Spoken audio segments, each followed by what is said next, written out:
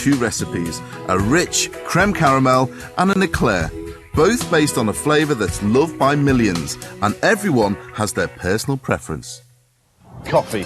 Love it or hate it, everybody has their own opinion on it. But before I go ahead and choose the flavour to go inside my dessert, I need to go back to basics and find out what makes a good coffee. I'm using coffee in both my eclairs and my creme caramel. And to give me a steer on what flavours people like best, I've come to Musselburgh in East Lothian with 3 different coffees. A properly bitter coffee. B, a robust, strong coffee. And C, a smoother, rounded coffee. For me, the bitter coffee is best. But what will the people of Musselburgh say? Would you like to try some coffee? I would love to try some. Would you normally drink coffee yourself? Okay. We've got 3 different types of coffee here. A, B, C. Take each one of each cup, have a little sip, tell me which one you like. Try A. What do you think of that one? Oh, I do like that one. You don't like A? No. Why? That's quite boring. Tastes like soup. It's horrible. It's disgusting. Don't you like it? No. It's got like savoury taste to it, no? Oh, okay. Okay, fine. No one likes my favourites. Maybe they'll feel different once they've tried the others. Try B. This is a Kenyan one. A bit more roundy, earthy, pungent. It's a little bit better. It's a bit stronger than the first one, I think. That one's better. You like that? Nah, it's alright. The handle B, not A. Okay. I like that one better. You like that one? Why do you like that one? I like strong coffee and... Yeah. Try C. That's just as bad as A, I would say. Which one do you prefer? Middle one. You go for B. That one. You prefer C. Personally, you go for C. Yeah, You go for B every time. B. B. I like B. It's got a sort of berry aftertaste. B had more flavour. Why haven't you picked A or C then? They've got a better aftertaste. I can't take it. I took milk and sugar. It's all strong B and smooth C. No one likes my bitter old A. Personally, if it was me, I went for A. I like that sourness, I like that bitterness, I like that hit which you get. I like espresso. Yeah, it's just rank. Okay. And just when I think I'm all on my own, A. A, you like that flavour? That's better. Lovely. Thank you very much indeed, good man. Okay, I've got someone that agrees with me. In Musselburgh today, B and C are coming out on top, and B's probably edging it. so the consensus on coffee is that strong or smooth is better than bitter. But when it comes to puds, do I need to look at things differently? You know what I need? A coffee expert. Hello, Ralph. Hello, Paul. Nice to meet you. This is Brodie's, Scotland's oldest coffee merchant. They import coffee beans from all over the world and blend them into flavours we either love or hate. I found out this morning that people are very, very opinionated on what coffee they like. I think it's like everything. Everybody has their own personal choice of things. And what we've really done is adapted to choice and taste over the years. But now it's really the taste and the quality that people are interested in. And when you're talking about a good coffee, that means beans. The 2 main types are Robusta and Arabica. This is Robusta, 30% of the world's coffee, very much a cash crop originally grown across Central Africa, without much husbandry or cultivation or irrigation.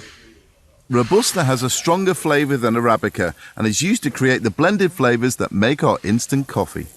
Whereas the Arabica is very much a different thing altogether, cultivated with fertilisation, irrigation. This is where all your character comes from, all the subtlety comes from. Arabica is considered to be superior to Robusta and has a delicate acidic flavour and more refined aroma. The key to producing great coffee flavour is blending beans grown around the world, and that means roasting them. Oh, can I introduce you to Martin, who's been roasting our coffee for the last 20 years. Aye. Wow, what a good bit of kit this is. Yep, big machine. This is obviously the roaster. So, what beans are you using to start with? Well, I've got 3 different types of beans to start with. We've got the Java, Brazilian and the Guatemalan. Our goal is to try and roast them to a process where the water's out and at the end of it, it's all level. So when you look at it, you think it's only one type of bean that's in it. Obviously, that's why you're roasting it, because When it's green coffee, there's no flavour at that point, so we do the roasting process and that ends up bringing the flavour out. Once the beans reach the ideal temperature, water is added to lock in that coffee flavour. It's funny, actually, the fact that he's adding water to that to stop the process from carrying on burning the bean is exactly what you do when you're making a caramel. You take the caramel to the right colour that you want, take the pan off the heat, and of course, if you leave it in the pan, the sugar carries on burning. So you plunge the whole pan in cold water, and it stops the caramel from burning anymore. Exactly the same thing what they're doing in there. After roasting, the beans now have a blended flavour and are ready to be ground down to make a delicious cup of coffee. There we go.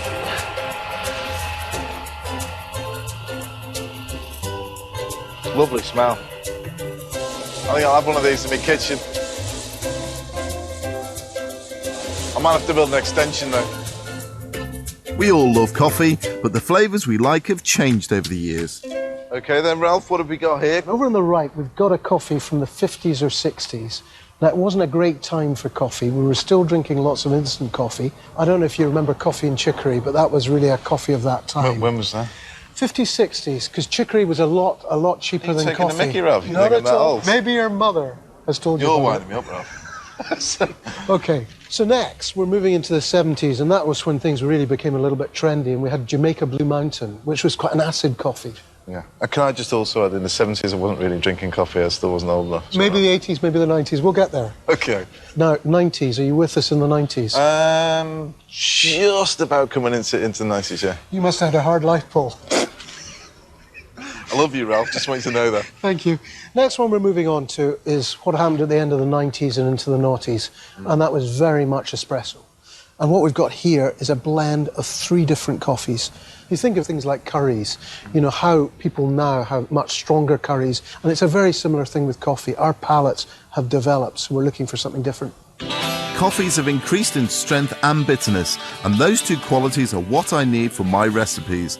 My 2 desserts will need 2 distinct coffees. One thing I do know about baking, the way to impart a coffee flavour into whatever you're going to do, the best way is espresso form. We've got our Colombian here, our straight Colombian. We've got our Java, and we've got our blend of Brazil, Guatemalan, and Java. There is something at the end. It is sitting on the tongue more. So this next one is the Java. Yeah. Huge kick. As soon as you put it in, bang, it just hits you. Finally, this is the blend.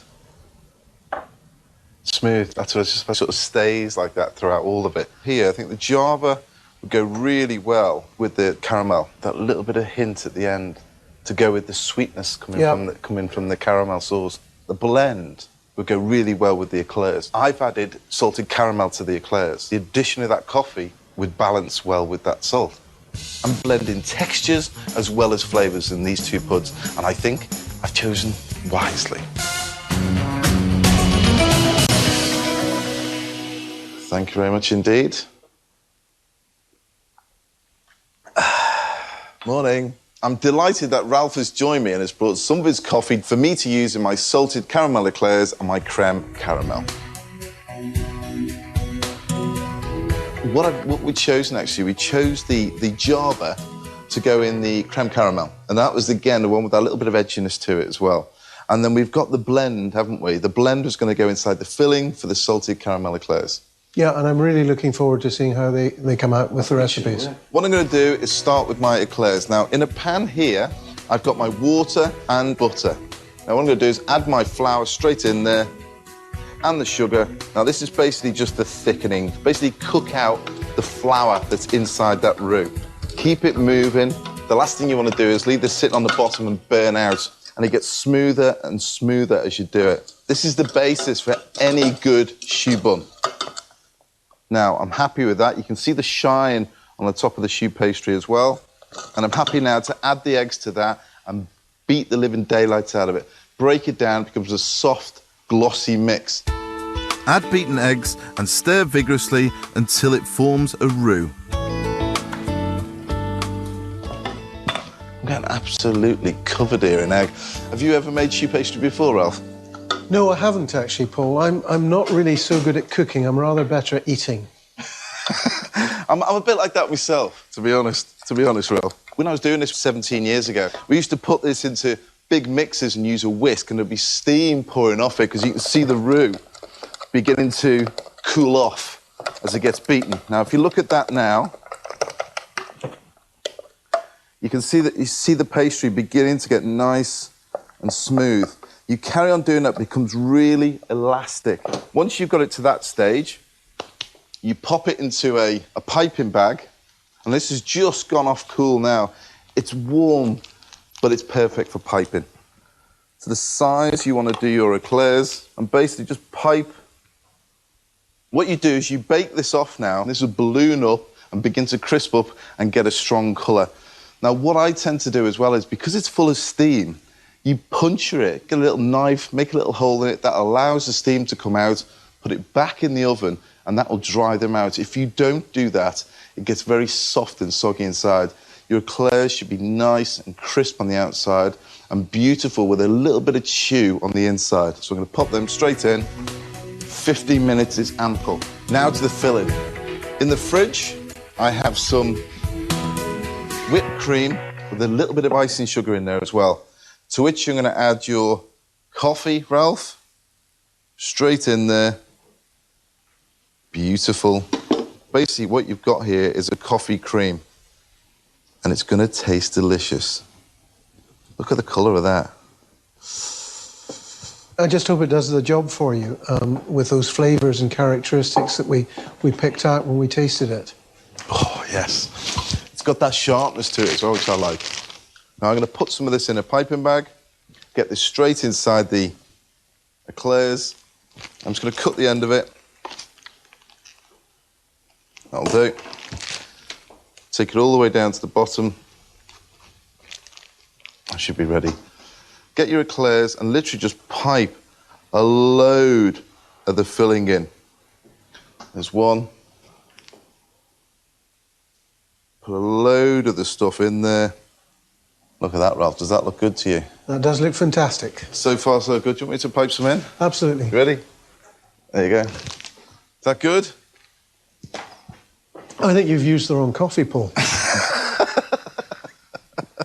The icing itself, I've got in here light brown sugar, butter, and a little bit of salt. Now that's melted, into which I'm going to add some milk. Now the milk's going to go straight in. Add the milk and bring to the boil. Add the icing sugar until it creates a thick caramel. If you find it's getting too thick, pop it back on the heat and just slacken down that butter and milk, and that will loosen it off again. You can see now that's thickened up beautifully and it holds on the spoon. Grab one of the eclairs and you will just want to put a line across the top, like so. This is going to taste so good. There's one. I hope you like this, Ralph. I think I'm just about ready for this, Paul. And the texture you're looking for at the end, is it going to be shiny or? It will be shiny as it sets. As it sets, it'll get really shiny. But also, we chose another coffee, which was the Java. Now, what I have done is a creme caramel, and I've used the Java. I've concentrated on the eclairs today, but they, and I had one earlier on, will taste fantastic. There we have our beautiful salted caramel coffee eclairs, and in here we have our creme caramel, which we use that beautiful Java coffee as well. However you like your coffee, there's something for everyone in my salted caramel and coffee eclairs and these delicious creme caramels.